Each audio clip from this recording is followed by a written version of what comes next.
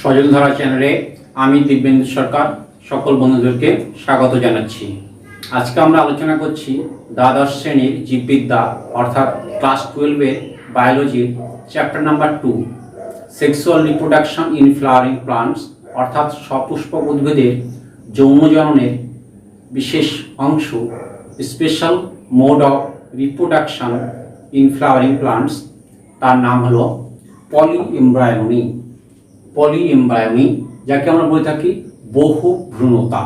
বহু ভ্রূণতা হলো কি জিনিস, যে তোমরা সহজ সরলভাবে দেখবে, বিশেষ করে ঝাউ গাছ অথবা যে কোনো প্রকারের লেবু গাছ যখন ছোট বীজ থেকে অঙ্কুরিত হয় তখন দেখবে একটা বীজ থেকে দুটো তিনটে চারটে পর্যন্ত আমরা সাধারণভাবে ছোট ছোট চারা গাছ বেরোতে দেখে থাকি। তোমরা এই ছবিতে এখানে দেখো, দেখলে দেখতে হবে এখানে ছবিটা দেওয়া আছে, দেখতে পাচ্ছ। এরকম ধরনের ঘটনাকে আমরা বলে থাকি পলিএমব্রায়োনি, অর্থাৎ যে পদ্ধতিতে আমাদের ডিম্বকের বীজের ডিম্বক, সেই ডিম্বকের মধ্য থেকেই একাধিক চারাগাছ সৃষ্টি হয় বা একাধিক এমব্রায়ো সৃষ্টি হয়, আমরা সেই পদ্ধতিকে সাধারণত বলে থাকি পলিএমব্রায়োনি। এই ঘটনাটি কিন্তু আমরা মূলত যে উদ্ভিদের ক্ষেত্রেই দেখি তা নয়, আমাদের কিন্তু প্রাণীদের ক্ষেত্রেও দেখি। যেহেতু এটা উদ্ভিদ বিজ্ঞানের বোটানি বিষয়ের অংশ আছে, সেহেতু আমরা উদ্ভিদের নিয়ে আলোচনা করব। কিন্তু আমাদের প্রাণীদের ক্ষেত্রে, ইভেন মানুষের ক্ষেত্রেও দেখা যায়। কিরকম?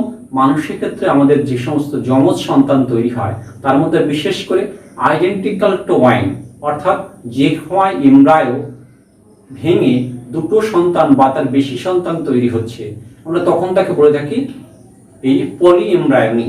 কিন্তু আমরা যেহেতু এই বিষয়টা নিয়ে আলোচনা করব না, টিপিক্যাল এক্সাম্পল হিসেবে আছে হলো আমেরিকার টেক্সাস অঞ্চলের একটি বিশেষ প্রাণী, তার নাম হচ্ছে আর্মাডিলা। তার ছবিটা ওখানে দিয়ে দিয়েছি, এটা দেখে নেও। তাহলে এই প্রাণীদের মধ্যে সাধারণভাবে আমাদের পলিএমব্রায়োনি দেখা যায়।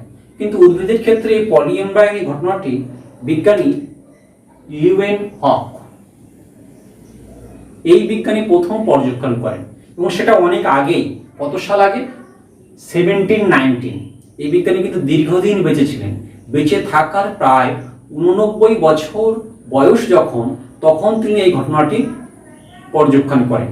ওনার 98 বছর বয়সের 89 ইয়ার্স যখন বয়স, তখন তিনি এই পলিএমব্রায়োনি বিষয়টি পর্যবেক্ষণ করেন। তাহলে ভেবে দেখো, তাহলে বিষয়টি উনি কত পর্যবেক্ষণ করতেন জীবনের শেষ বয়সেও। তার পরবর্তীকালে, তার প্রায় 200 বছর পরে, 200 বছর এবং 1 দশক, বিজ্ঞানী কার্ল স্নাফ, ভিয়েনার একজন বিখ্যাত এমব্রায়োলজিস্ট, প্লান্ট এমব্রায়োলজিস্ট, অর্থাৎ বোটানি বিষয়ে ভ্রূণবিদ্যা নিয়ে গবেষণা করে উনি কিন্তু ওনার এই আগের বক্তব্যকে সমর্থন করেন এবং রিডিসকভার করেন এবং প্রতিষ্ঠিত করেন।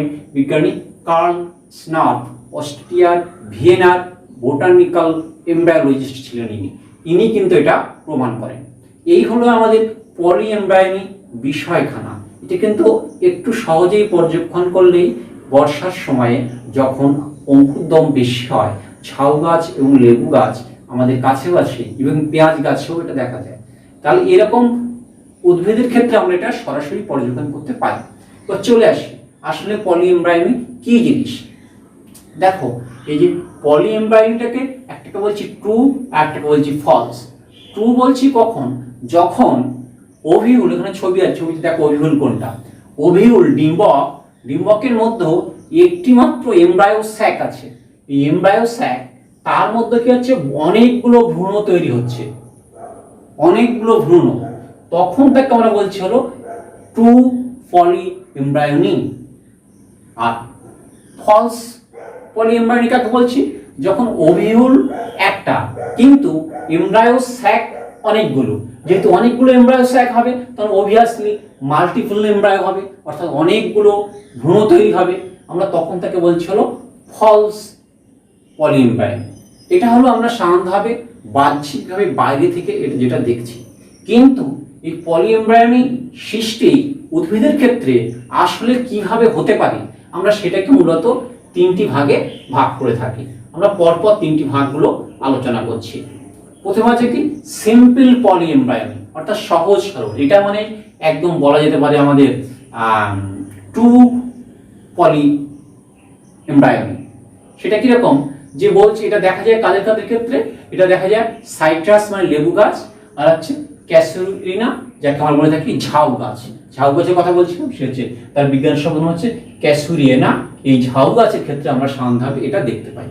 এক্ষেত্রে কি হয়, সাধারণভাবে যে ওভিউল আছে, ওভিউলের থেকে যে এমব্রায়ো স্যাক হয়, সেই এমব্রায়ো স্যাক থেকে একটা, দুটো, তিনটেই চারা গাছ তৈরি হয় আমরা দেখতে পাই। অর্থাৎ তোমাদেরকে একটা ছবি এঁকে একটা দেখায়, ধরো এরকম একটি দুটো বীজপত্র আছে, বীজে জার্মিনেশন ঘটে গেছে। জার্মিনেশন হওয়ার পরে আমরা কি দেখি, এখান থেকে এরকম দুখানা বা তিনখানা যদি চারা গাছ দেখি, তখন তাকে আমরা বলে থাকি পলি এমব্রায়োনি। বোঝা গেছে কি?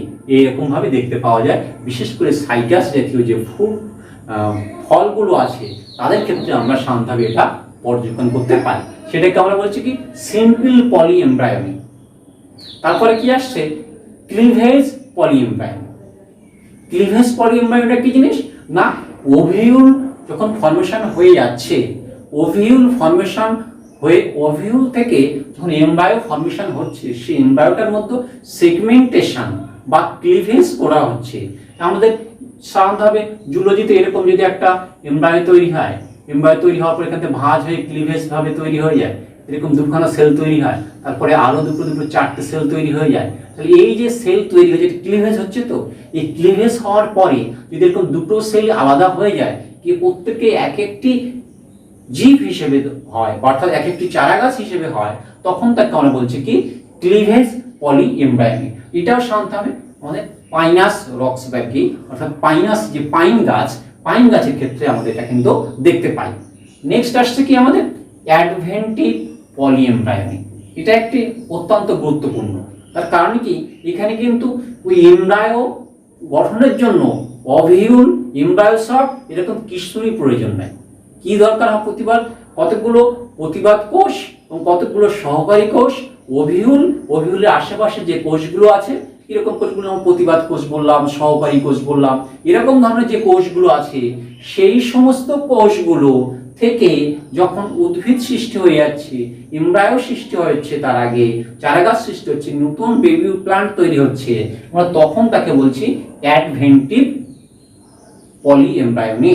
এটা কাদের ক্ষেত্রে দেখা যায়, আম গাছের ক্ষেত্রে দেখা যায়, আম গাছের ক্ষেত্রে এটা দেখা যায়, এটা ওপানশিয়া ফণিমনসার ক্ষেত্রে দেখা যায়, এটা পেঁয়াজের ক্ষেত্রে দেখা যায়, এবং এটা লেবু গাছের ক্ষেত্রেও দেখা যায়। এতগুলো উদ্ভিদের ক্ষেত্রে সাধারণত আমাদের অ্যাডভেন্টিভ পলি এমব্রায়োনি দেখা যায়। তাহলে পলি এমব্রায়োনি উদ্ভিদের যৌন জননে, সপুষ্পক উদ্ভিদে কিভাবে সাহায্য করে, আমরা সে বিষয়ে আলোচনা করলাম।